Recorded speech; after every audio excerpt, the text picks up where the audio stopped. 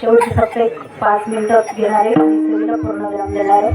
अगदी माझं सगळं कीर्तन विसरून गेलं तरी काही अडचण नाही, तरी चालेल. फक्त शेवटी जे काही मी सांगणार आहे तेवढ्या महत्त्वाच्या आणि मोलाच्या गोष्टी घरी घेऊन जा आणि त्या गोष्टीचं आचरण तुम्ही तुमच्या जीवनात करा.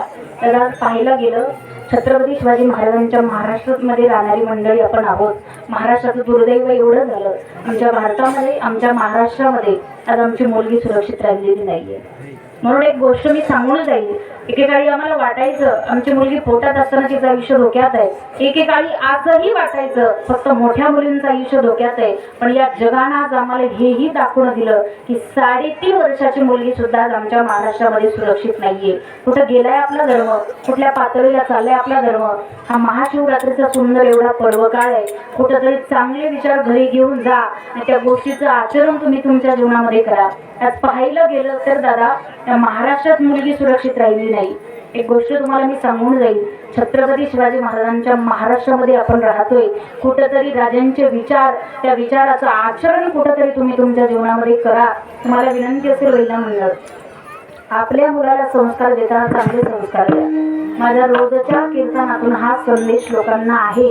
आपल्या मुलांना संस्कार देताना चांगले संस्कार द्या. आपल्या मुलानं एखाद्या मुलीचं आयुष्य बर्बाद करावं इतके वाईट संस्कार आपण आपल्या मुलाला देऊ नका.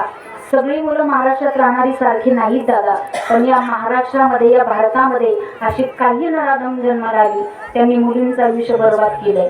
म्हणून विनंती असेल, दरवर्षी एक मुलगी कापली जाते, दरवर्षी एक मुलगी मारली जाते. तुम्हाला विनंती एकच करेल महिला मंडळ, आपल्या मुलाला जर संस्कार चांगले दिले तर निश्चित चांगली मुलं घडतील. आणि एक विनंती आहे, आज गावात प्रशिक्षण वर्ग आहेत, कधीतरी एकत्रित या आणि आपल्या मुलीला लाठीगाठी करता यायलाच हवी.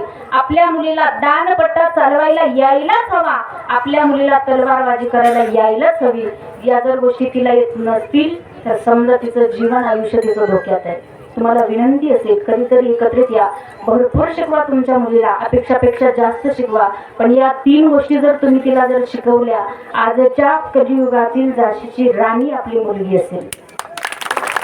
म्हणून विनंती करेल, चांगली गोष्टीचं आचरण करा. नवरात्र उत्सव आला की थाटामाटात साजरा करतो. 9 कलरच्या साड्या आपण घालतो. कोणी सांगितलं घालायला?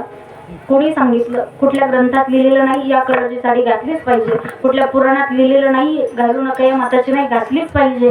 पण जी गोष्ट आपल्याला अगोदर आज करणं काळाची गरज आहे त्या गोष्टीचं आचरण नक्कीच करा. 3 गोष्टी आपल्या मुलीला नक्की शिकवा. भारताचं दुर्दैव एवढं वाईट झालं, आज एका आजोबाला स्वतःची नात या महाराष्ट्रात कळत नाही. इतकं आयुष्याची या महाराष्ट्रामध्ये राहणाऱ्या लोकांची वृत्ती बिघडत चालली. म्हणून विनंती असेल, मुलगी सुरक्षित पाहिजे असेल तर चांगल्या गोष्टी मुलीला आपल्या शिकवा, चांगल्या संस्कार आपल्या मुलाला शिकवा. छत्रपती शिवाजी महाराजांच्या काळात मुस्लिमची स्त्री सुद्धा सुरक्षित होती, कारण राजांचा दरारा होता तेवढा. छत्रपती शिवाजी महाराजांच्या काळामध्ये एखाद्या स्त्रीकडे एखाद्याने जर वाईट नजरेनं पाहिलं तर माझ्या छत्रपती शिवाजी महाराजांनी त्या व्यक्तीचा चौरंग बनवला. पण कुठं ते विचार गेले, कुठं राजांचे विचार, कुठं आमचे विचार, आम्ही कुठं चाललोय, छत्रपती शिवाजी महाराज कुठं होते. कधीतरी चांगल्या गोष्टीचा विचार आपण आपल्या जीवनात केला ना तर नक्कीच आपली मुलं चांगलं घडतील, चांगलं महाराष्ट्र घडवतील. त्यांच्या जीवनात चांगलं काम ते नक्कीच जीवनामध्ये करतील. छत्रपती शिवाजी महाराजांनी महाराष्ट्र घडवलाय, पण त्या अगोदर राजमाता राष्ट्रमाता जिजामासाहेबांची पुण्याही त्यांच्याकडे होती, म्हणून महाराष्ट्र घडला. असा तसा नाही घडला. आमच्या गीतकारांनी वर्णन केलं त्यांचं. माझ्या जिजाऊची पुण्याई कशी आली ओ फळाला, माझा जिजाऊची पुण्याई कशी आली ओ फळाला तो बापाचा बाप बाग तुला जन्मला तो बापाचा बाप बाग तुला जन्मला तो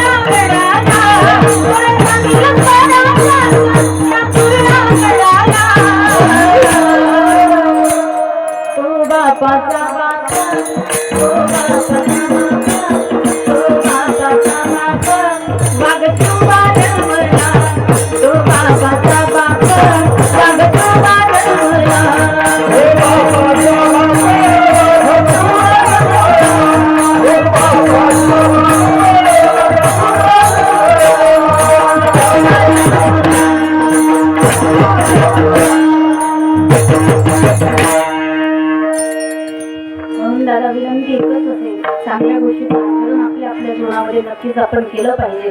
गोष्ट मी बोलेल, चांगले महाराष्ट्र घडवणारी माणसं आज आपल्या या जगात आपल्याला पाहायला भेटतात. चांगली काम करणारी लोक या जगामध्ये आज पाहायला भेटतात. तुम्ही पत्रिकेमध्ये काकांचा फोटो टाकलेला आहे म्हणून मी एक वाक्य बोलून जाईल. या माणसानं मराठा समाजासाठी खूप चांगलं काम केलेलं आहे. आपल्या समाजाला आपला हक्क आपला न्याय